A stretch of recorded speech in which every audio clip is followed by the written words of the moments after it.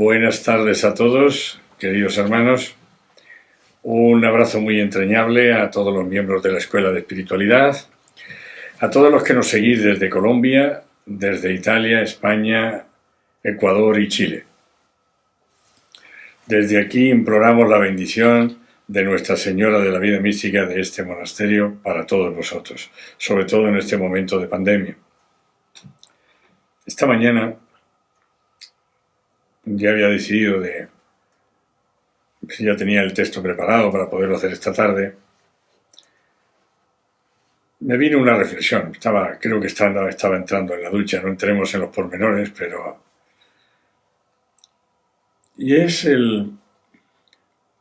estas dos vertientes en las cuales se mueve el ser humano, en el mundo o en Dios, en Cristo, en las personas divinas. Cuando llega la hora, yo en estos días he tenido un dolor, sigo ahora, pero bueno, ahora me duele menos, un dolor de espalda, por eso que llamamos lumbago, que llaman ustedes lumbago, que en el fondo son dos hernias y una espondilosis. Y me preguntaba, para aquellos que ponen el corazón en el mundo, pretenden que este mundo les dé toda la felicidad, les dé todo el consuelo, toda la esperanza que buscan, todo lo que tiene esos anhelos de su corazón. ¿Qué es lo que les queda en ese momento del dolor, del sufrimiento, incluso de la invalidez? Porque el dolor a veces nos invalida, nos deja inválidos, incluso la muerte. ¿Qué nos queda? No nos queda nada, porque habíamos puesto nuestro corazón ahí y de repente, como es normal, y ya lo sabíamos de alguna manera, pero seguimos adelante, pretendiendo que este mundo nos otorgue toda la felicidad que buscamos. Y hemos tenido toda esa experiencia de que camino de la muerte, porque hacia ahí vamos llegando muchos, por lo menos en el campo físico, no así en el campo espiritual, pues se nos va cayendo todo de las manos. Ahora, en ese momento de la invalidez, del dolor, del sufrimiento, donde se ve claro que no hay esperanza, para ese que puso el corazón en el mundo, el mundo se acabó, el mundo se apagó, ese mundo que tanto lucía en su corazón, en su mente, se apagó, ya no tiene nada que darle. Y es verdad que en esa hora uno ve cómo la gloria del mundo se efímera, no sirve para nada.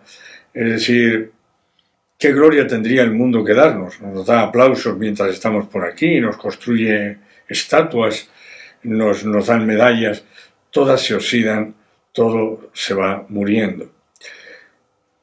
Qué importante es en esa hora del dolor. Y yo creo que Cristo hizo la redención con tanto dolor, precisamente para dar sentido, para dar significado, para dar dirección, para poner consuelo, para dar una inmensa esperanza a nuestro dolor. Podía haberlo hecho de otra manera. No era necesario que llegara a esos estados de sufrimiento tan dramáticos que tuvo que vivir en la cruz y antes de la cruz, precisamente para darnos un camino, pero sobre todo para dar un camino, una esperanza a nuestro dolor, a nuestro sufrimiento y a nuestra muerte. En esa hora, qué importante es tener a alguien en quien mirar y poder decir, pues sí, también tú y yo, por mucho que pase, tampoco voy a pasar por todo lo que tú pasaste. Qué importante es tener el corazón en Dios. Pero no que lo pongo en Él solo porque me llegó el dolor o el sufrimiento o incluso la invalidez. No, lo tengo siempre. Y todo ese dolor, pues ahora que me llega, el que sea, tiene que ser motivo de ofrenda. Te lo ofrezco. ¿Por qué? Pues por mis faltas, mis negligencias, mis pecados y por los de los demás. Por todos los que a donde pueda alcanzar esta gracia. Como tú lo hiciste, que la tuya fue tan universal, tu gracia santificante fue tan grande que realmente alcanza a todo el universo que nos circunda. Bien, que también nuestro dolor y nuestra sangre pues tenga también esa característica de que pueda llegar a los demás. Es una reflexión, perdonad que haya empezado el tema así, no era este el tema de hoy. Una reflexión que pretende ser introductoria, no lo sé si lo sea, para este tema que vamos a tratar. Es probable que el tema que vamos a tratar tenga más de 2 sesiones. A lo mejor lo podemos agotar en 2 sesiones. El tema por el que quería empezar de nuevo este ciclo de reflexión, de espiritualidad, a modo de escuela, que nos sirva para ir aprendiendo y amando más a Cristo, amándole cada día más y descubriendo quiénes somos, quién es Él y cuál es nuestro destino. Entonces vamos a empezar este tema con una pregunta. El tema es, perdonad que no lo he dicho, filiación divina en las religiones históricas y en la religión católica. Muchas veces hemos dicho, sin saber a lo mejor ni siquiera lo que estábamos diciendo, tratando de defender nuestra fe, que hijos de Dios somos solo aquellos que estamos bautizados. Todos los demás no lo eran. Por mucho tiempo hemos dicho esto, y claro, si le preguntáramos a un musulmán o a un budista, pues él me diría, mire, hijo de Dios lo soy yo, si lo es usted no lo sé. Porque todos, absolutamente todos, y todas las religiones históricas, aunque no tengan a Dios como Padre, como le pasa por ejemplo al mundo musulmán y al mundo judío, pero sienten que son hijos de Dios, sienten que algo en ellos ha venido del cielo y que eso no tiene que ver con la tierra. Entonces empezamos el tema con una pregunta que yo presupongo que ya tiene una respuesta automática en la mayoría de todos ustedes. ¿Todos los seres humanos, sin exclusión alguna, son hijos de Dios? Judíos, musulmanes, budistas, católicos. ¿Todos son hijos de Dios? Y estoy seguro que la mayoría de ustedes dirían, pero ¿cómo no vamos a ser hijos de Dios? Todos lo somos. No sabremos explicarnos muy bien eso, pero ciertamente lo somos. A esta pregunta le seguiría inmediatamente otra. ¿Cómo se puede ahora explicar este hecho de tal manera que encuentre respuesta íntima y satisfactoria en todo ser humano, elevando su dignidad a la más alta expresión, dando razón al mismo tiempo de su origen y de su fin?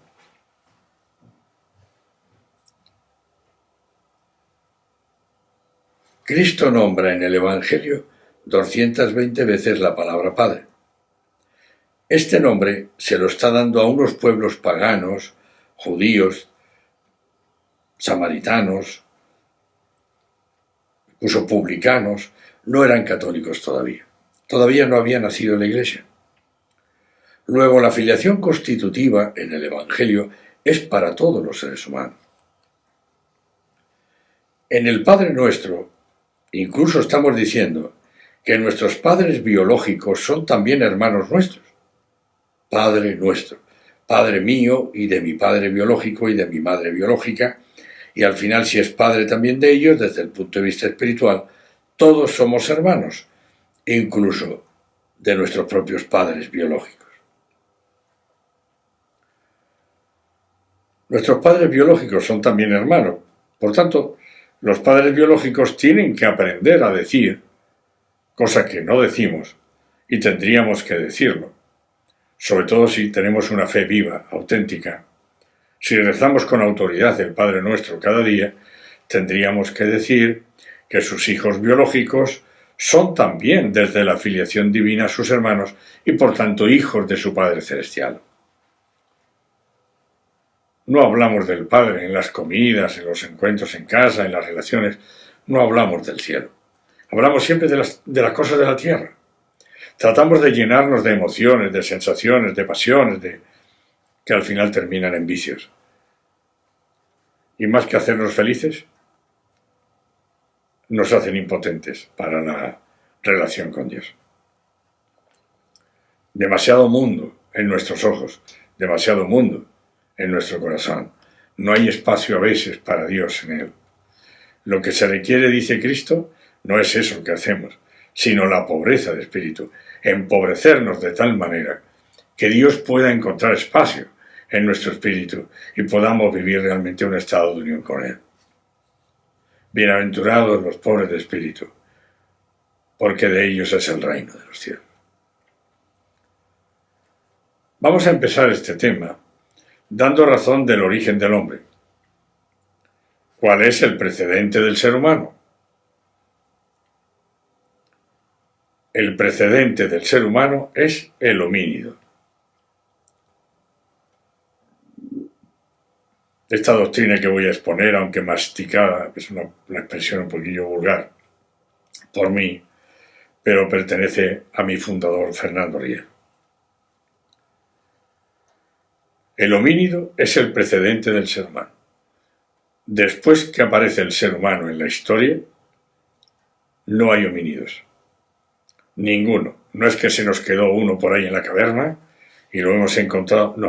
No quedó absolutamente ningún homínido. Hay otros que tienden a pensar que en el fondo el homínido evolucionó tanto que el espíritu humano, lo que ahora ya decimos humano y espiritualidad humana, sea el resultado final de la evolución de una biología, de una psicología y que deriva en esto que llamamos hoy ser humano. Esto sería puro materialismo y no habría modo de darle al ser humano ninguna esperanza. Viene de la tierra y a la tierra se va. Se podría decir que en este sentido, si aceptáramos la evolución, así como nos la ponen algunos, habría que decir que el ser humano no es un ser ni para Dios ni para sí mismo, es un ser para el cementerio. Luego, lo cierto es que el homínido no escribe en las cuevas, ni en las de Francia, ni en las de España, en Altamira. No, es el ser humano el que escribe en esas cuevas. Por tanto, las nociones de homínido y hominoideo son diferentes. Esta última está acuñada también por Fernando Riel. El espíritu es infundido por Dios en el precedente homínido. Desde ese momento ya no existen los homínidos. No hemos encontrado ninguno. Ninguno se nos quedó en alguna caverna. La persona, o espíritu, porque decir espíritu y persona, pues sería lo mismo. Es decir, la persona es, pues porque las personas divinas son personas. Nosotros estamos hechos a imagen y semejanza de las personas divinas, pues somos personas. ¿Y en qué consiste esa persona? Las personas divinas están presentes una en la otra. Se compenetran, se transverberan entre sí la misma santidad que son. Nosotros hemos sido a imagen y semejanza de ellos y también nos transverberamos unos con otros. ¿Y qué nos tendríamos que transverberar? Pues no el mal que a veces aparece ahí en nuestro corazón como una desviación, sino todo ese bien, toda esa santidad que llevamos escrita en nuestro espíritu en razón de la divina presencia de Dios en cada uno de nosotros. Entonces la persona, hoy se han esforzado mucho en el derecho, incluso a nivel internacional, de cambiar el concepto de persona por el de individuo. Son muchos los conceptos, no voy a entrar en ello ahora, que el derecho ha cambiado para no tener que ver con el aspecto trascendente de la persona humana, sino simplemente reducirlo. Son búsquedas de definición por reducción. El ser humano no se puede definir por reducción. Si hay alguna definición, tiene que ser por potenciación, no por reducción. Reducirlo a lo que es más mínimo o a lo que es un aspecto de él. La persona o espíritu asume, en el momento que Dios lo infunde, reduciendo a cero con su infuso el homínido, las funciones hominoideas.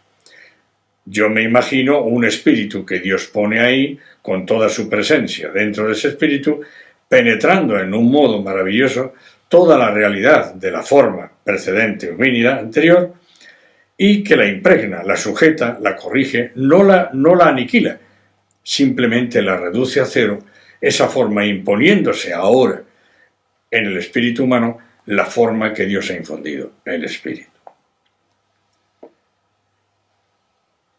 Este había adquirido en su proceso evolutivo, estamos hablando siempre del homínido, siempre dentro de su especie, no pasando, como han dicho algunos, no voy a entrar en eso ahora, de una especie a otra, siempre dentro de su especie, la madurez necesaria para poderle infundir un espíritu. El hominoideo se podría expresar con el término el instinto humano. Ese instinto que queda ahí, también penetrado por el espíritu o persona que Dios infunde y que lo sujeta, salvo en aquellos casos en que este instinto humano pues tiene enfermedad. En el caso, vamos a poner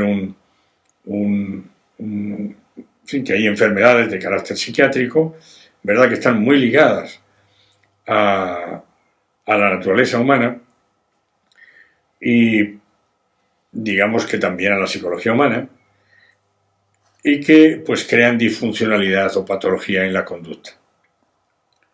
El instinto humano es todo lo que podemos decir del hominoideo. El ser humano es, por tanto, una persona que asume el viviente de un precedente homínido. Su evidencia la encontramos hoy en la potestad, esto lo podemos comprobar todos nosotros, en el poder, en la potestad, con la que la persona gobierna su instinto vital. Todos los seres humanos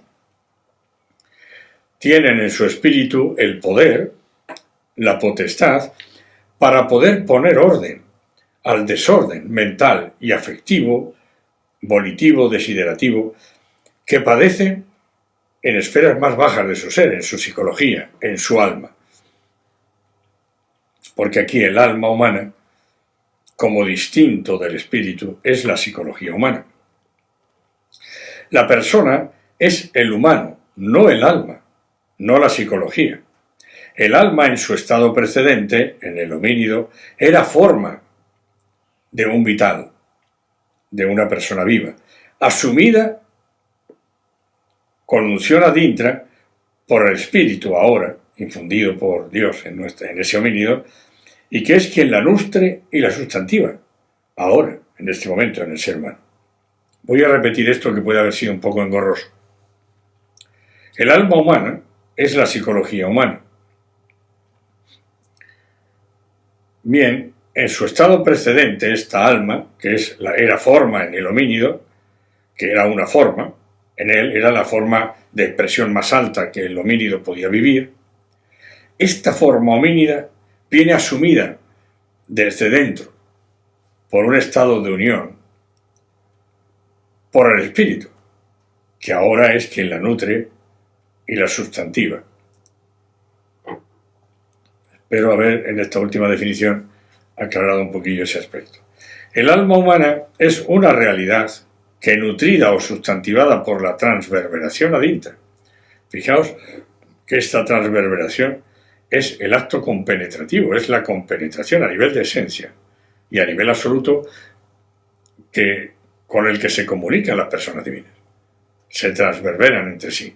El modo de comunicación es transverberación. Esto es lo que ponen en el ser humano. Los seres humanos tenemos también este acto transverberante, compenetrante. Se nos convierte esta transverberación en la esencia del ser humano. Bueno, volvemos entonces a decir que el alma humana es una realidad que, nutrida por la transverberación desde dentro, ad intra, en latín decimos esto así, desde dentro de su espíritu, se revela subsumente o sustancia de lo que es a su mente, en este caso el infuso o el espíritu. ¿Cómo interpretamos el proceso? El proceso, en el caso del ser humano, es un infuso, la persona, que comporta la metatransformación de una forma precedente que, reducida a cero en lo que tiene de específico, el homínido, se produce un nuevo ser. Esto es el humano, el ser humano. ¿Cómo se produce? Pues decimos que la transverberación ad intra y ad destra del espíritu con el alma y ad destra entre los seres humanos predican de la persona, se predican de la persona y no del hombre.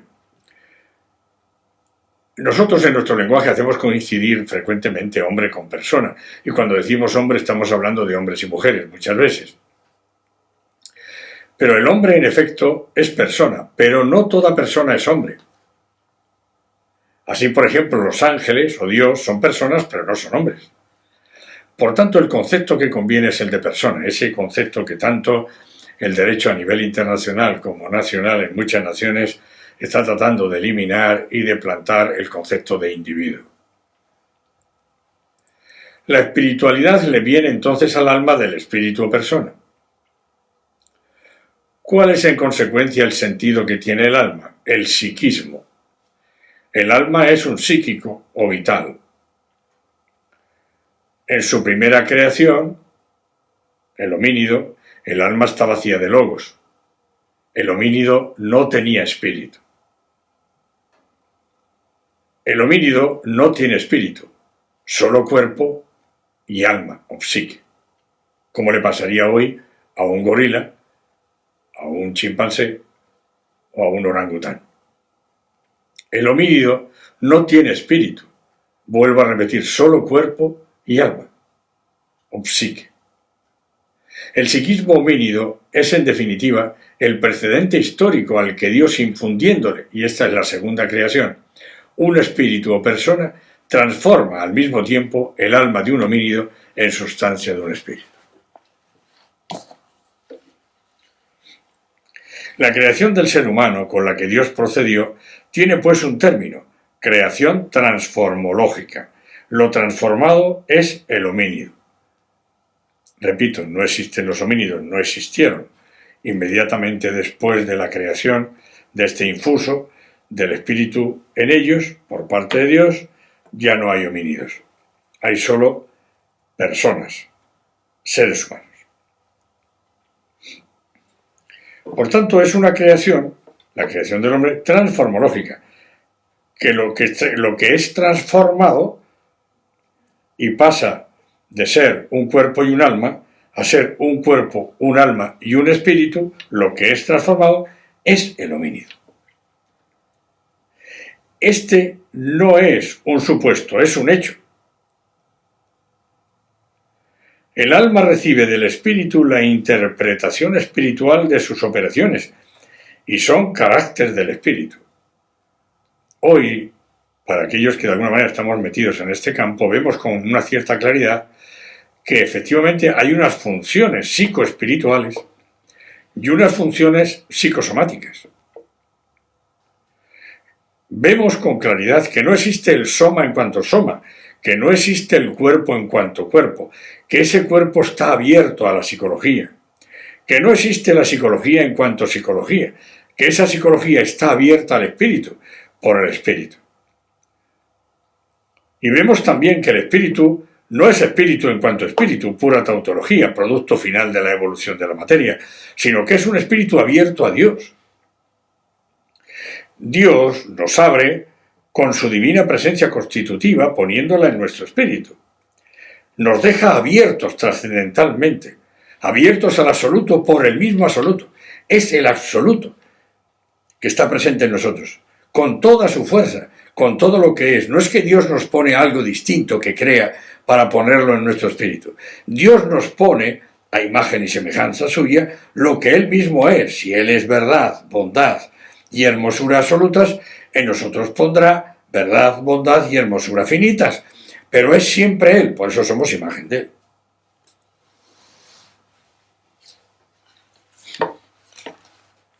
La persona resulta en consecuencia un infuso creado en un soma, en un psicosoma.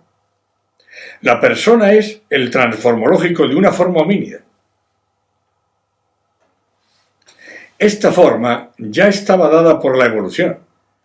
Podríamos hacernos parar un momentito y preguntarnos, bueno, entonces el ser humano ahora tiene un cuerpo, un alma y un espíritu, todo abierto a todo y todo abierto a Dios. Sí, es así. Esto es lo que pasa ahora. Bueno, y entonces, de toda esa estructura antropológica que tiene el ser humano, ¿qué es lo que se explica por evolución y qué es lo que no se puede explicar por evolución? ¿Qué es lo que nos viene por evolución? El homínido, mi cuerpo y mi alma. Eso me viene por evolución. Ahora, al infundirme el espíritu, mi alma se espiritualiza y también la parte de mi psicosoma queda asumida por el espíritu, reducida a cero, pero nunca aniquilada. Por tanto, hay un resto ahí siempre del instinto que podría no ser dominado, incluso hasta por enfermedades de carácter psiquiátrico, que nos puedan venir. Ahí necesitaremos medicinas. Hoy hay alguna enfermedad en psiquiatría, por ejemplo, que como la bipolaridad, ¿no? Esencial. Bueno, pues si no le ponemos litio a ese ser humano en su cuerpo, en la sangre, pues termina caminando como un zombie, o a lo mejor pues interpreta que es Superman y se tira desde la Torre Eiffel abajo. Bien, esos son situaciones que apenas le ponemos el litio, la persona deja de caminar como un zombie y empieza a tener funciones. O sea, uno se da cuenta de que efectivamente hay funciones en el ámbito psiquiátrico, en el ámbito psicológico, gobernadas, que tienen que ser gobernadas por la psiquiatría porque necesitan medicina. Ahí no podemos entrar solo con la fuerza que pueda tener el espíritu. Necesitamos medicina.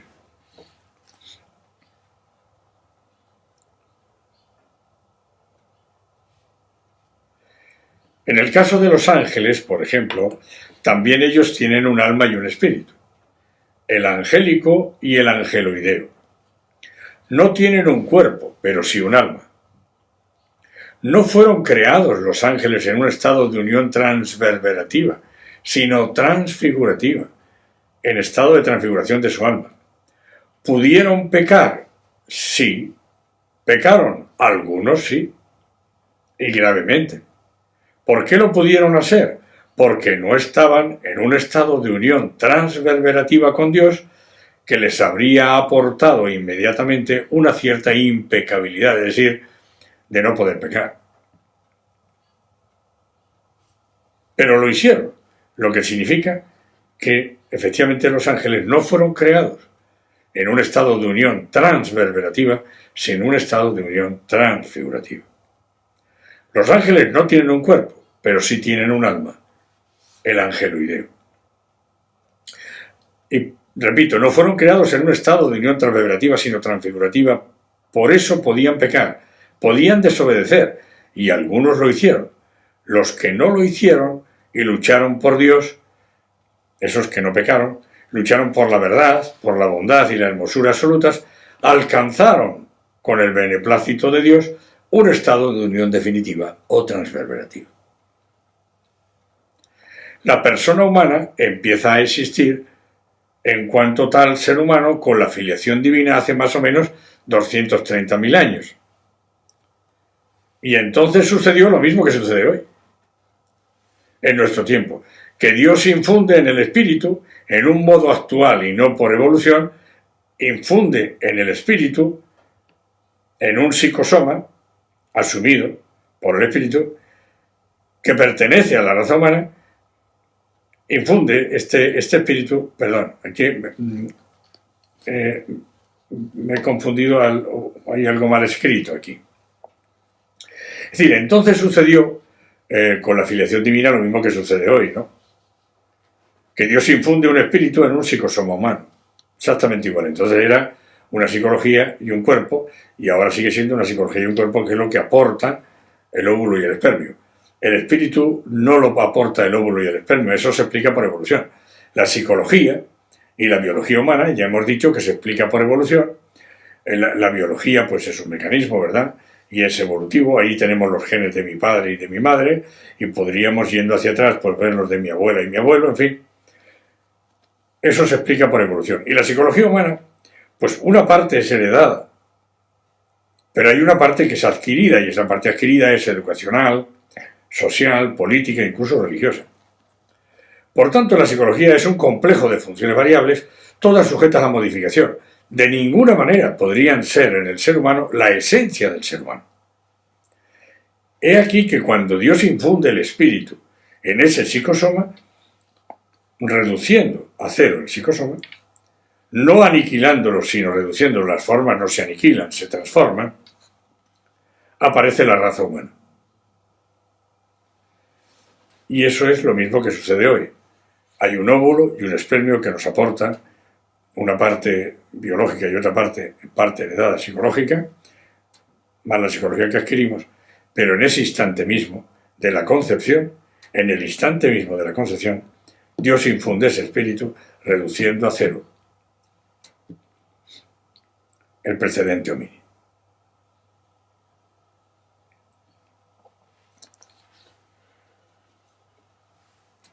Por tanto, vamos a pasar al concepto de persona humana. Es probable que esto lo tengamos que repetir de nuevo, algunas de estas cosas, porque son densas, ¿verdad?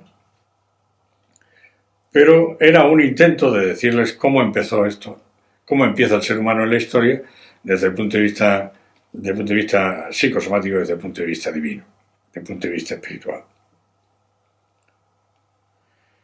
Si hablamos de la persona humana hoy, si tuviéramos que hacer un estudio de ella, habría que decir, bueno, pues por tanto el ser humano, perdonad, voy a beber un poco de agua.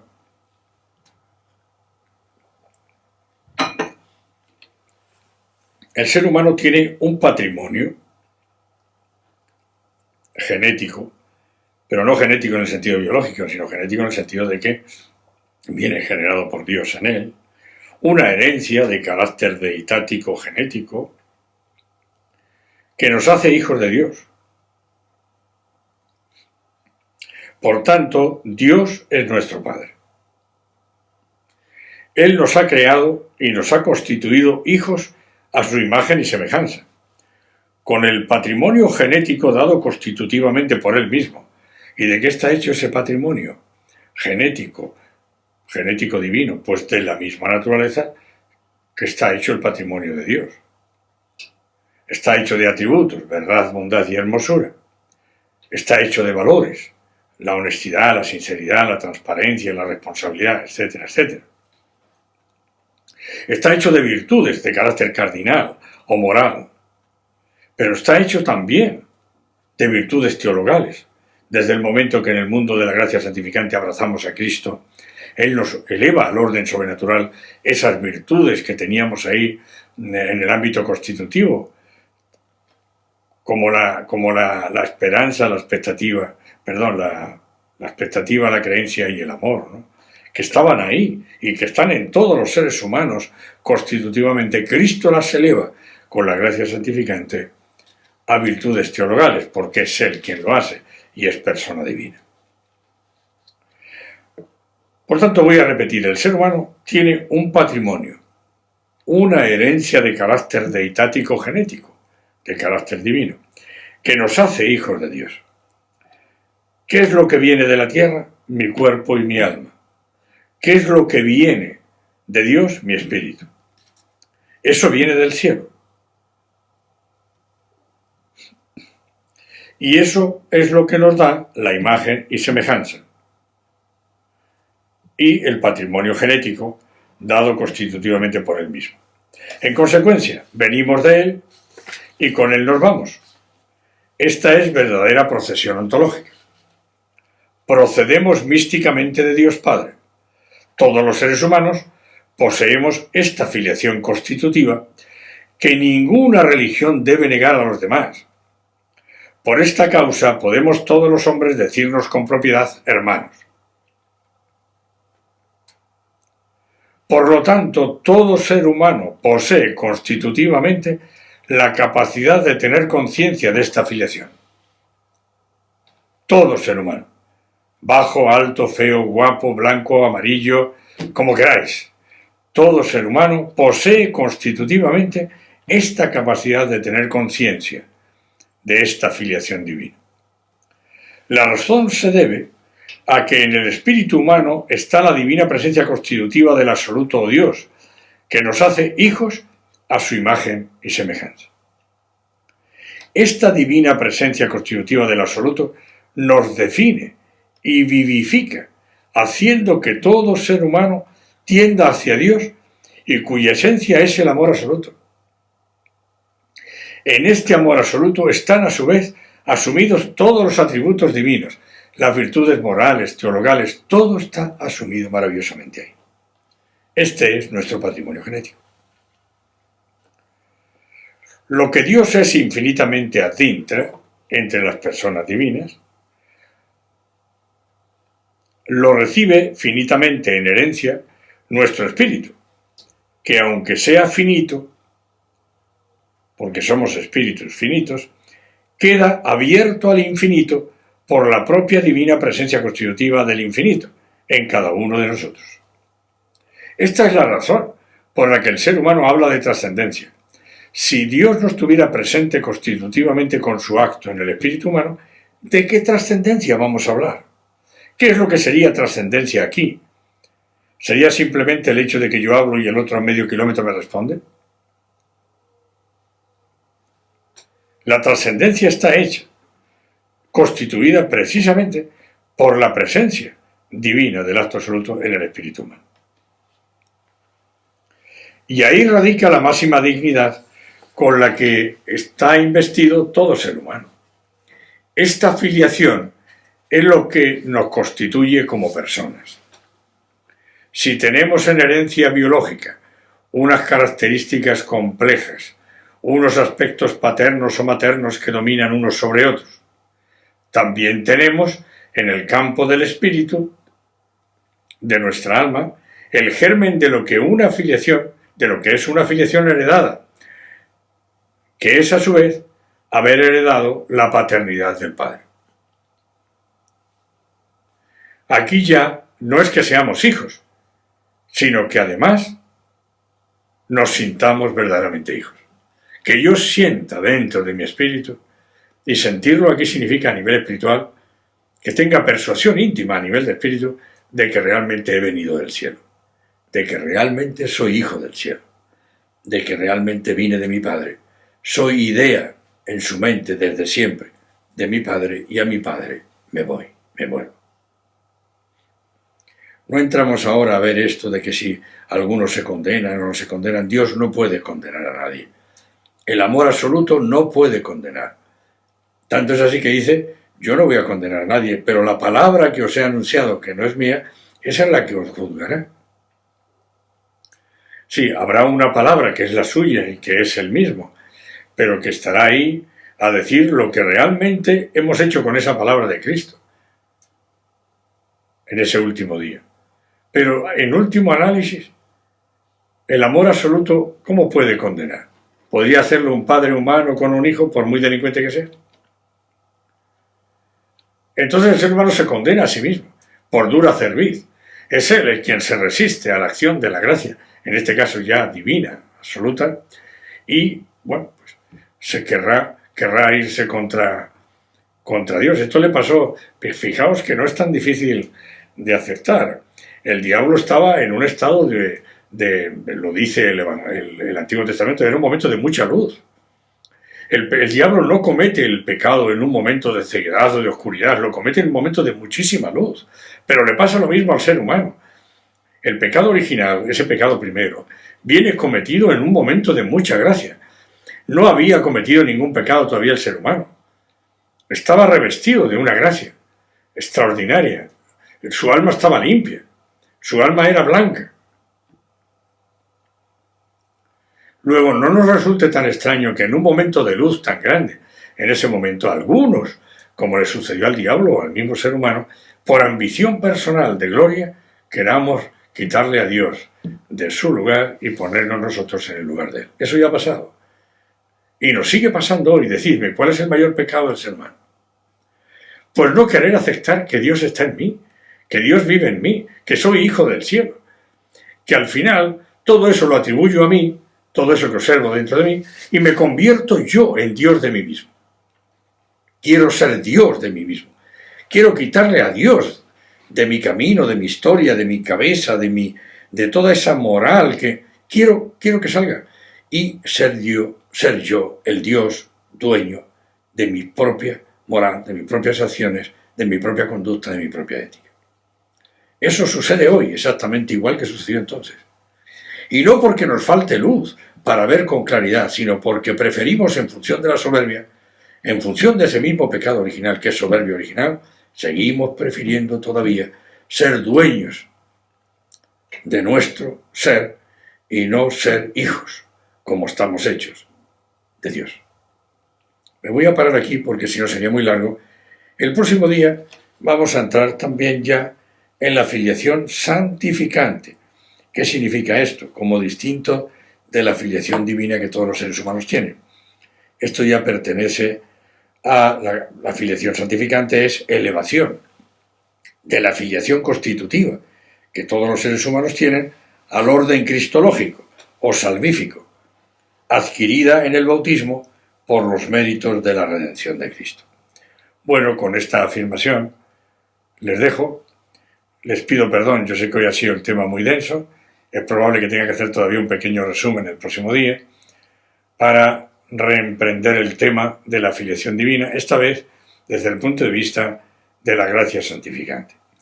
Os pido perdón en todo aquello que, en fin, pues yo sea complicado, porque a veces es que lo soy, y algunos dicen de formación profesional, yo ni siquiera soy profesional, así que creo que soy complicado porque soy complicado, no busco otras excusas para esto. Y bueno, pues agradecerles la paciencia que han tenido que tener, y desde este monasterio idente de Nuestra Señora de la Vida Mística les imparto la bendición invocando a la Santísima Virgen María para que les preserve de todo mal y sobre todo de esta infección que está en el aire del coronavirus. Yo os bendigo en nombre de María, Madre de Dios y Madre de la Vida Mística.